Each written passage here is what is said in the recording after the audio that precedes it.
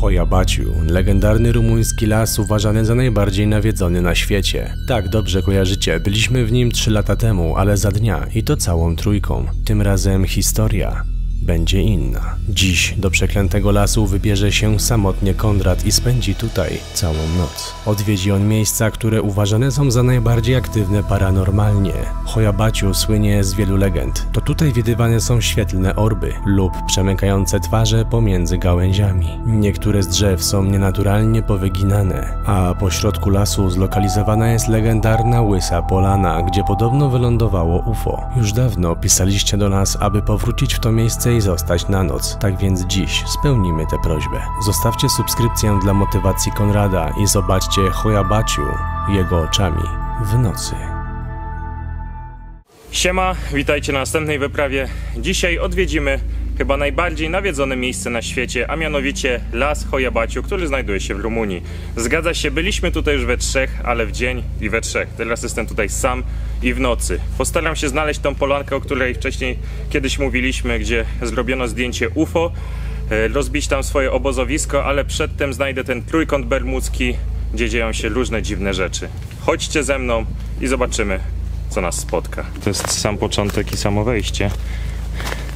Pamiętam, że właśnie 3 lata temu film mniej więcej się zaczynał tak, że chodziłem tutaj i opowiadałem historię o pasterzu, który szedł ze stadem owiec na pobliski targ w Cluj-Napoce.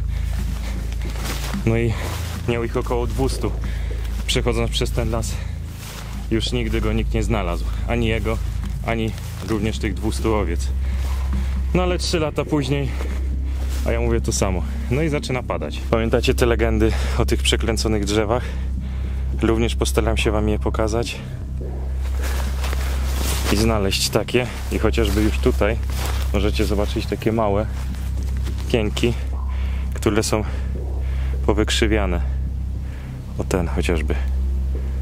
Spójrzcie.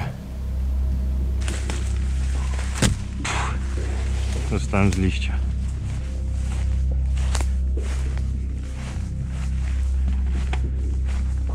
Powiem wam, że śmieszna sprawa. Przed chwilą wydawało mi się, że już przechodziłem tędy, ale doszedłem do jakiejś drogi, więc mistrzostwo. Ale na pewno zrobiłem jakiś głupi krąg. Tylko nie wiem do końca, dokąd ona prowadzi. Bo powiem wam szczerze, że naprawdę te 3 lata temu było dużo łatwiej. Przede wszystkim był wtedy dzień i byliśmy we trzech. Szedł tutaj kiedyś turysta, chyba jakiś anglojęzyczny, nie pamiętam za bardzo skąd on pochodził. Pierdyknął w niego piorun. 27 000 V, z tego co pamiętam, mogę się mylić. Nikt nie wiedział, skąd się wziął ten piorun, ponieważ nie było wtedy burzy. Ale to cóż wam mogę powiedzieć. Sami się przekonajcie, mam nadzieję, że czujecie to co ja. Kolejna rzecz, której się boję, czyli ta złośliwość rzeczy martwych, która w tym lesie również ma miejsce, a mianowicie, że na przykład mogą się nagle wyłączyć kamery i światła, a wtedy nie wiem, co bym zrobił. Naprawdę bym zemdlał chyba. Pamiętam, tak jak na dworku Czarnego Pana, jak byłem tylko z Kubą, jak zgasły nam światła, to spierniczaliśmy tak szybko, jak się tylko dało. No a tutaj jestem sam. No i mogę powiedzieć, że zabłądziłem, bo byłem naprawdę blisko tej polanki, a kręcę się już od 10 czy 15 minut. Metodą prób i błędów, jak teraz zobaczę, że się oddalam, a jeszcze Wikimapia mi działa, choć tak też właśnie jedna z legend mówi o tym, że urządzenia takie wariują, więc może dlatego co chwila jestem w innym miejscu. Kolejna sprawa to pamiętajcie, że tutaj właśnie były te teleporty, więc może już przeszedłem przez jakiś. Może to jest tutaj, choć jakieś błoto widzę bardziej niż polankę znowu. Oby ta droga właśnie prowadziła na tą polanę. Nie wiem czemu, ale z jednej strony mam w głowie, że jest ona pilnowana przez dzieci i na drogach jest portal jakiś dziwny, choć bardziej mi straszą duchy małych dzieci, które tu stoją, a jest to najbardziej nawiedzony las na całym świecie podobno, więc Jezus Maria, przechodzą mnie dreszcze dosłownie.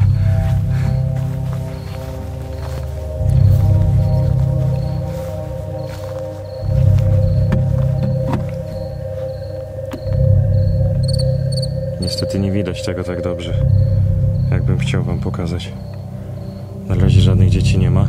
Tutaj jest to palenisko, które wtedy widzieliśmy parę lat temu, ale wchodząc tutaj naprawdę przeszły mnie ciarki. Wiecie, krążą w ogóle legendy, że tutaj ludzie głupieją.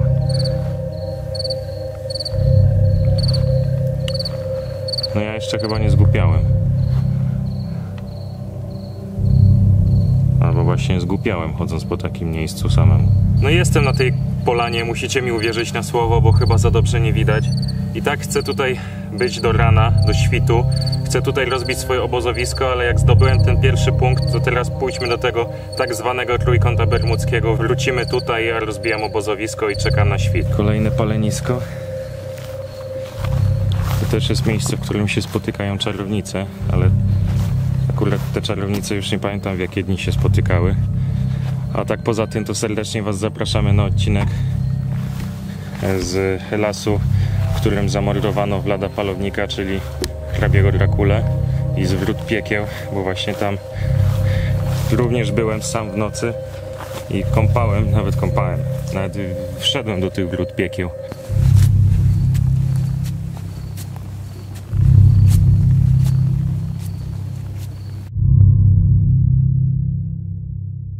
Pamiętam Łukasza, który mówił, no w sumie ostatnio oglądałem ten film jeszcze raz, żeby sobie go odświeżyć, który mówił, że widział jakieś zwierzę, że coś przemknęło, jakieś zwierzę.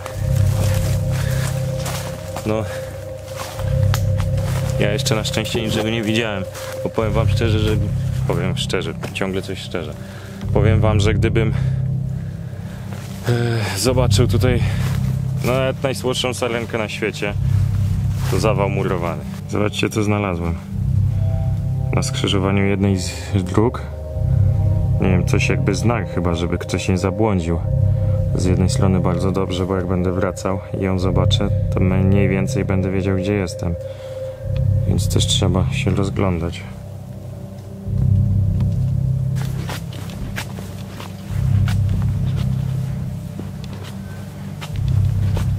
Drzewo, które na dole ma taką dziwną narośl, którą pamiętam jeszcze przed 3 lat, było wiele tutaj drzew miało coś takiego, ale z daleka coś mi świeciło, nie wiedziałem, co to jest.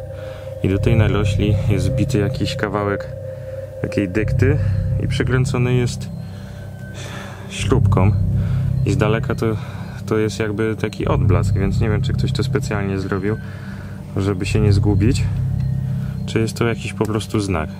Niemniej jednak po drodze chodząc widzę po pierwsze, spójrzcie,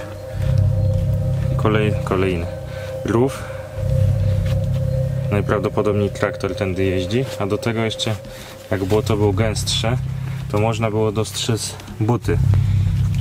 Co prawda ślady były jakby w drugą stronę, może widzicie? Są odciski butów. O, chociażby tu.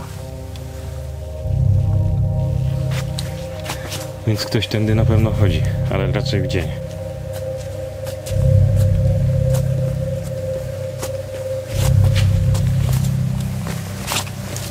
Widzicie tą niebieską kropeczkę? Tak, to właśnie ja. A nie wiem, czy dostrzegacie trójkąt taki duży. Właśnie do niego chcę się udać. I to właśnie tam ludzie podobno tracą świadomość i zmysły. Więc tutaj on jest. Więc chcę tam dojść. No i to by było tutaj. Chyba. Jeszcze nie chcę wam mówić w 100%, ale przerażające te lasy. Czyli te drzewa. Niestety kamera nie odzwierciedla tego, co ja chciałbym wam pokazać. A jak już będzie jaśniej, to nie będzie tego klimatu.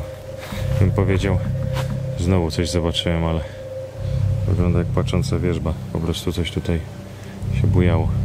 Pamiętacie tą legendę z trójkątem bermudzkim? To właśnie w tym miejscu było mówione, że schizofrenicy słyszą dziwne dźwięki, widzą dziwne rzeczy. No ja nie jestem schizofrenikiem i na razie też nic nie widzę i nie słyszę, ale też czytałem przetłumaczając z rumuńskiego na polski, że tutaj nawet ludzie z najsilniejszą psychiką widzą różne rzeczy i wychodząc później z tego miejsca i z tego lasu po prostu postradają zmysły. Stradają zmysły, nawet nie wiem jak to powiedzieć. Tam to jest. No i znowu czuję naprawdę wielkie emocje.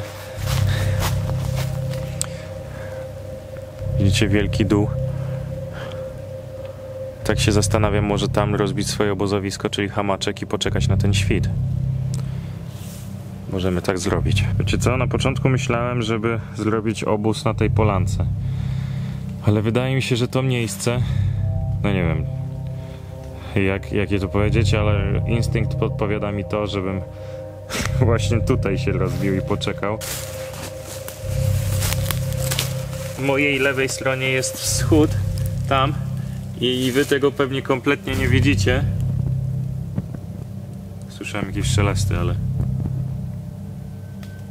ale tylko mi się wydawało. Wy tego nie widzicie, ale słońce już wstaje i robi się dużo jaśniej. Najważniejsze to jest właśnie, żeby nie wkręcać sobie niczego na banie. Świt tutaj jest około 5:30, ale sądzę, że już 5:15 będzie naprawdę jaśniej i tak bardziej przystępnie. Nie będzie już mroku ani nocy. I teraz muszę zrobić, żeby nie zwalić kamery. O, właśnie tak. Czyli mi się udało.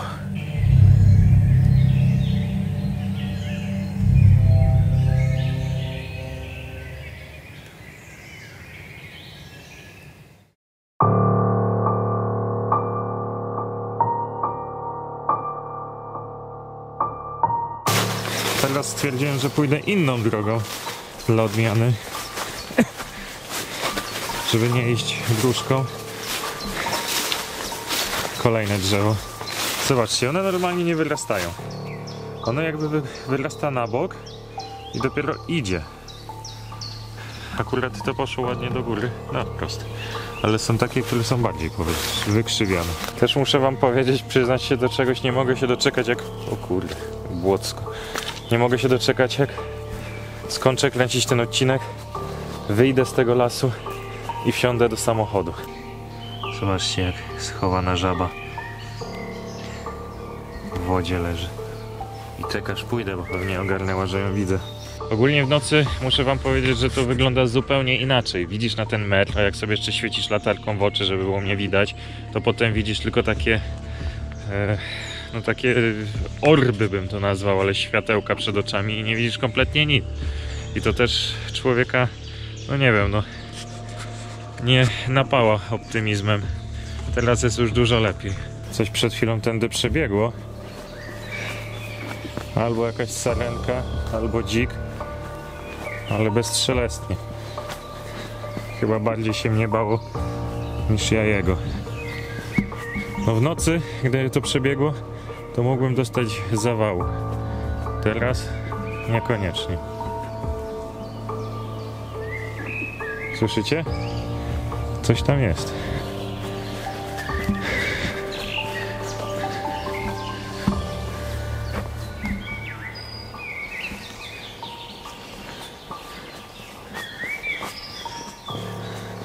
W ogóle muszę zobaczyć, bo teraz idę w zupełnie innym kierunku. Jeszcze włączę tę lampę. Mam nadzieję, że to nie jest jakiś wielki zwierz typu niedźwiedź, który chce mnie zjeść. A bardziej coś, co się mnie boi i przede mną ucieka. Na szczęście udało mi się tutaj przetrwać od godziny 2, 4 godziny do godziny 6, czyli przeżyłem tutaj, można powiedzieć, godzinę duchów. Akurat parę razy padało jeszcze w tym czasie. Rozbiłem obóz w miejscu, które jest potencjalnie w tym lesie, poza tą polaną, uważane za jedne z bardziej takich paranormalnych. Więc no, pełen sukces bym powiedział i mam nadzieję, że tak będzie do końca. A tym bardziej, że 3 lata temu bałem się za bardzo oddalać od chłopaków, będąc tutaj, a teraz przyleciałem tutaj sam i spędziłem noc.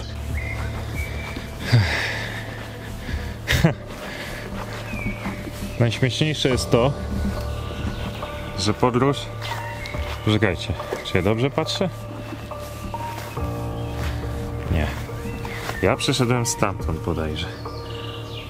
Tam poszedłem szukać właśnie tego trójkąta. A wyszedłem tędy. No i tak mi się wydaje, mogło mi się coś pomylić. No niemniej jednak jestem na tej polance. Czas operacyjny 5:40. Ostatnie spojrzenie na tą polanę i mogę ruszać. Już mam nadzieję, że nic złego mnie nie spotka, ale powiem wam, że tak jak mówiłem, w nocy się czułem strasznie przerażony wchodząc do tego lasu. Coraz bardziej się z nim oswajałem, ale jak zobaczyłem pierwsze promyki słońca, no to zrobiło mi się dużo lepiej. No i teraz wystarczy tylko wyjść. Bye bye, elo. A ja lecę do samochodu.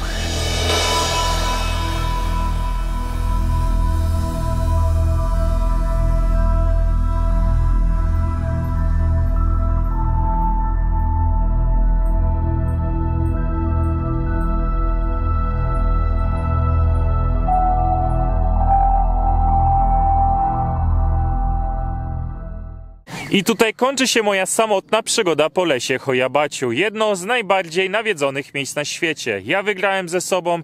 Jeśli doceniacie naszą pracę, to dajcie łapkę w górę, zostawcie subskrypcję. No i co? Do zobaczenia na następnej wyprawie. Cześć. Ale bałem się trochę tam. I cieszę się, że już z niego wyszedłem.